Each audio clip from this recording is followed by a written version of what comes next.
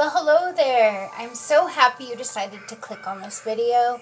If you would, hit the subscribe button before we get started and make sure your notification bell is turned to all. Thank you again for stopping by, and I hope you have an awesome day or night wherever you are in the world. So today is the first video on the quotes / story time topic.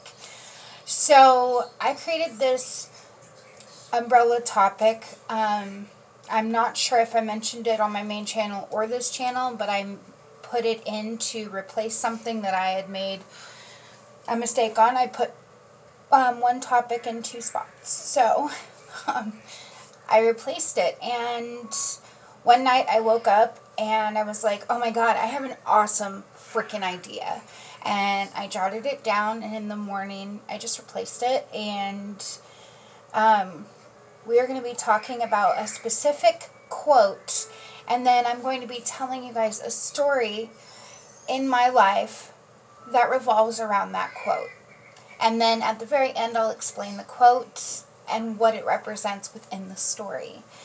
So if you like this topic idea, let me know. I know that I said I was going to leave my babble gabble, story times, get ready with me, and all that crap over on my main channel, which is Essence of Eternity.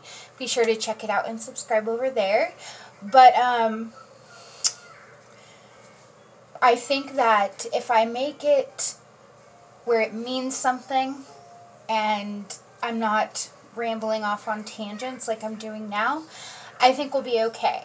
So remember to give this video a big thumbs up, and yeah, this is all or nothing. Let's get into it. So the very first video is a topic I covered a few different times, giving little bits of information on my main channel. I don't really talk about it too much. It's been a few years and I'm still healing and growing from it, but I wanted to share it because I know that other people really related to me on that story. I was able to talk to people about it and we helped each other. So like every video, this goes for any video, is what I meant. You can contact me on any social media if you have questions, comments, and you don't want to put it down there because you're too embarrassed or nobody else is doing it, so why should I do it? It's okay. You can contact me anywhere. My social medias are linked in the description. So the first quote that I'm going to be talking about today is from dreamquotes.com, and it's, "We don't meet people by accident. Everyone is meant to cross our path for a reason." And this quote, I immediately thought of my horrific off and on relationship with the second Mike I dated. So I'm going to tell a little bit of the story, but I want to keep it short and sweet. And if you guys want to know more or have more in-depth stories, you can always let me know. This dating app, it's called Meet Me. I've been on it for a long time, since before Wyatt was born. I've created accounts and then deleted them and started over when the person didn't work out. I met my ex-husband on there. I met all my boyfriends since I was 25 on there, 26, something like that. And so he was very eager to meet me, and I was still living with my son's father, and we were still married. Although I know it makes me sound like I'm a cheater, but I need to explain a little bit. The minute that we found out we were going to be parents, we were kind of rushed into marriage. We were already on the off part of ourselves, and we were homeless. And I don't want to give him any excuses, but I guess he was just really overwhelmed, really stressed out, and not ready to be a parent and not ready to be in a marriage. And he didn't vocalize this to me until a year ago. So,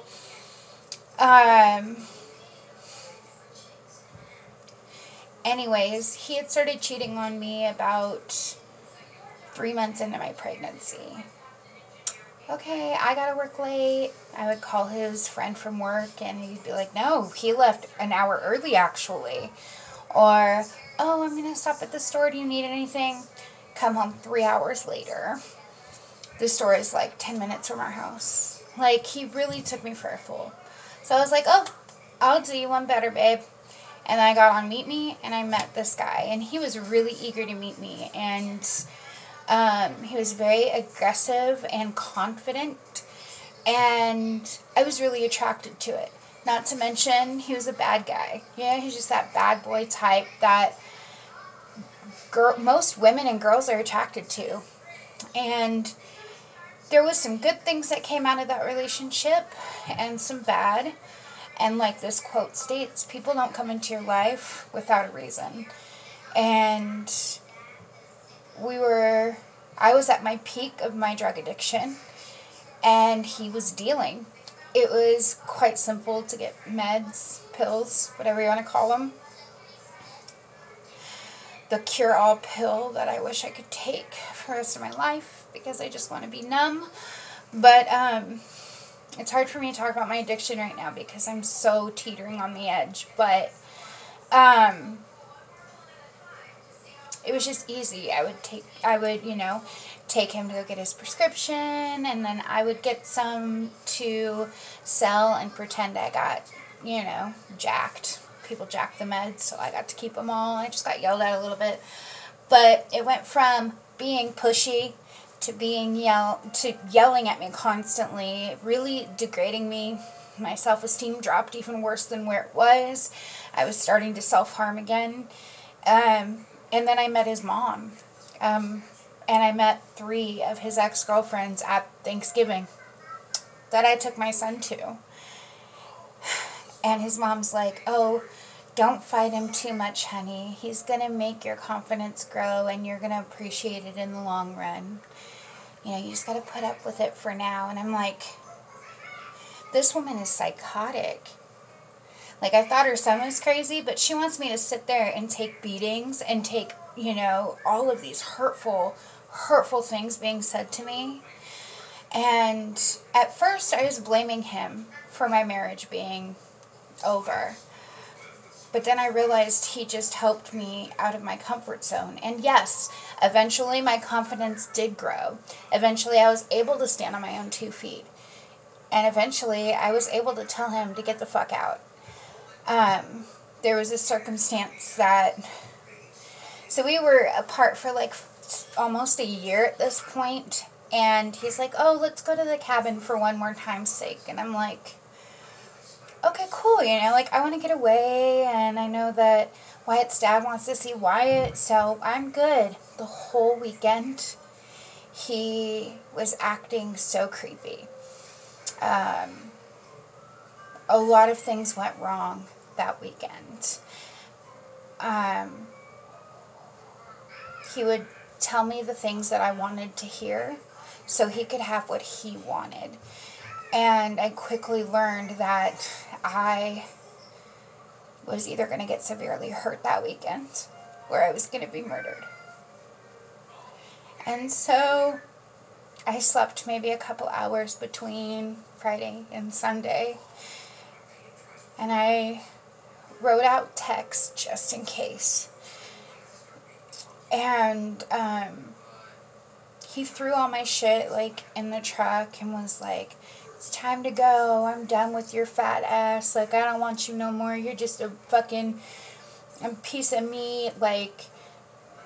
Oh, your pussy is old. I'm going to get somebody else. I already got somebody else. And he's yelling at me all the way from the cabin, which is 2.5 hours away, back down.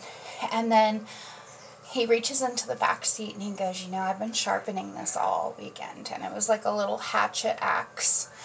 And I'm sitting there frozen and I'm recording the conversation because if I get killed, hopefully I had a chance to throw my phone out. somebody find my phone.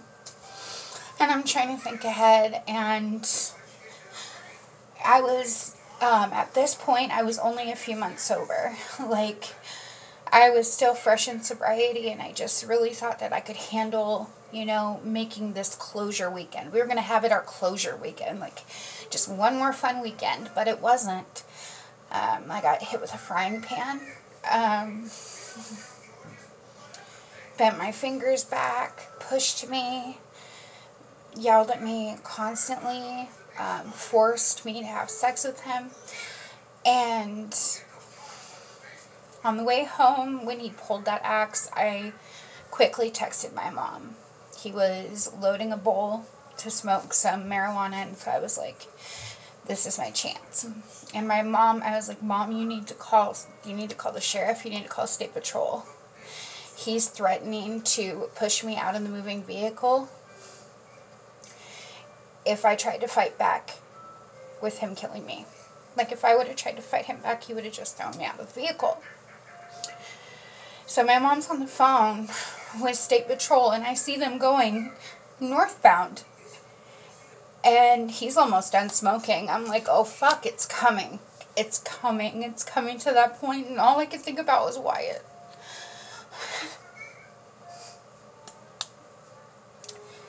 I have never had a good relationship. Never in my life. But I also have never been in one so violent. And I said, Mom, you're sending them the wrong way. I said, tell Wyatt I love him, because I'm not going to make it. Like, I'm not going to make it. And sure enough, like, I saw State Patrol on the side of the road heading southbound, and he was parked and he was looking at cars. And I put my hand on the window, and I just prayed to God. I'm like, please let him see me. Please let him see me. And he did, and he got right on his fucking ass and turned those lights on so quick.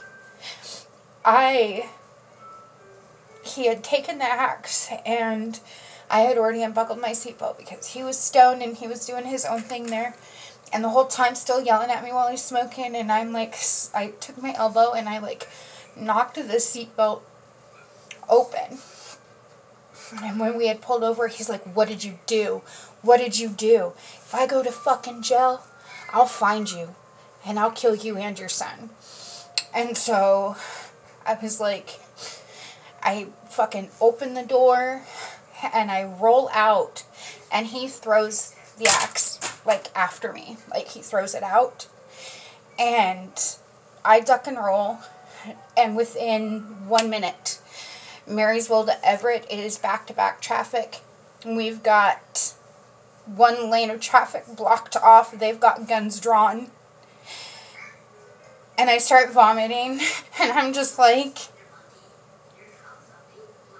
man, god damn. Like, why? I mean, I give people so many chances, and I trust so easily. And the whole point of telling you guys this is there was a reason he was brought into my life. There's a reason for what happened in that vehicle that day. There was a reason why I was allowed to live. This is the third or fourth time that God or whatever higher power has saved me. I've overdosed several times. I've tried to commit suicide several times. I almost drowned in a river when I was 5 years old. Like, there's so many times in my life that I could have died. And I think this one was that breaking point. Like, I need to cherish my life more. I need to set up healthy boundaries. I need to get my mental health in check. I need to learn to love myself. And I need to thank God every day that I get to kiss my baby goodnight. Because there's a lot of women in situations like this that don't get out. That can't get out. So this quote, we don't meet people by accident. Everyone is meant to cross our path for a reason. I didn't tell this story for boo-hoo sobbing.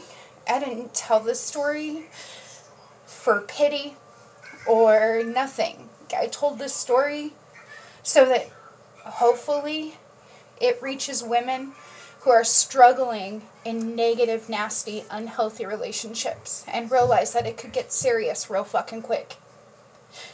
Of course, his mommy bailed him out. The next day, they were in my apartment complex. She banged on my door and said, "Oh, you have my son's cell phone. I want it." And I said, "No." She's like, "Well, after I bailed him out last night, he told me he didn't have it, and this was the area where the GPS said it was." And I said, "Yeah, probably because your son was trying to stalk me last night and kill me." I said, "I ain't got time for your shit. Get out of my face or I'm going to call the cops." And I see Mike, and I have Wyatt in my arms, and I'm like, man, you know, I'm so grateful for why I met him, why I went through all this horrible shit that I went through, why I had so many lessons that I needed to learn, and I had so many things that I did learn, but some that I still don't understand.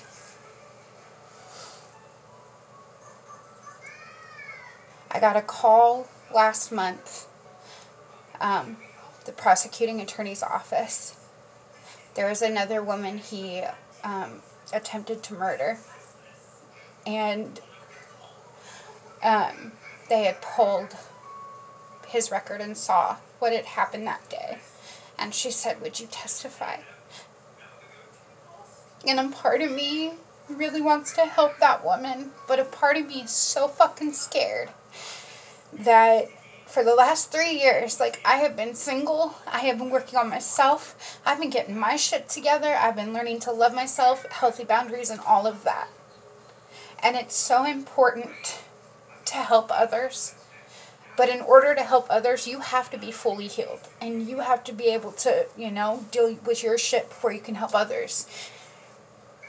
And so I want you guys to know that negative or positive, people come in your life for one reason or another.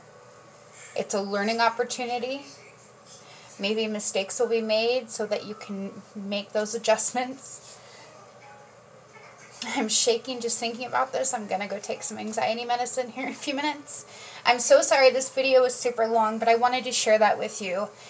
I am going to be doing more upbeat and positive story times probably next week, but this one needed to be said because there's a lot of people that are in negative relationships right now. And I just recently started looking around to start dating again. And I have so many boundaries set up, and my wall of defense is so fucking strong. I'm just like, I don't know if I can. I don't know if I can break it down enough to where it's just a nice, healthy boundary instead of fucking walls all the way up to the fucking sky. But, we'll see. It's been 3 years almost, and I will never, ever put and then, to top it all off, things came out of what he would do to my son when I was at the store or I was at work. I worked for a short period of time 3 years ago. But that's a whole nother story for a whole nother day. I hope you guys enjoyed this video. I hope that it wasn't too intense. I hope that you guys were able to relate or learn something from it or understand me a little bit better and my broken heart and my broken soul, and understand that I'm always going to keep it 100 and I'm always going to be truthful and respectful to everyone. But just remember, everyone comes into your life for a reason. It's up to you to identify the reason and the whys, hows, whats, wheres, whos, okay? Be safe, stay healthy, and always wear a smile. Till next time. Bye, guys.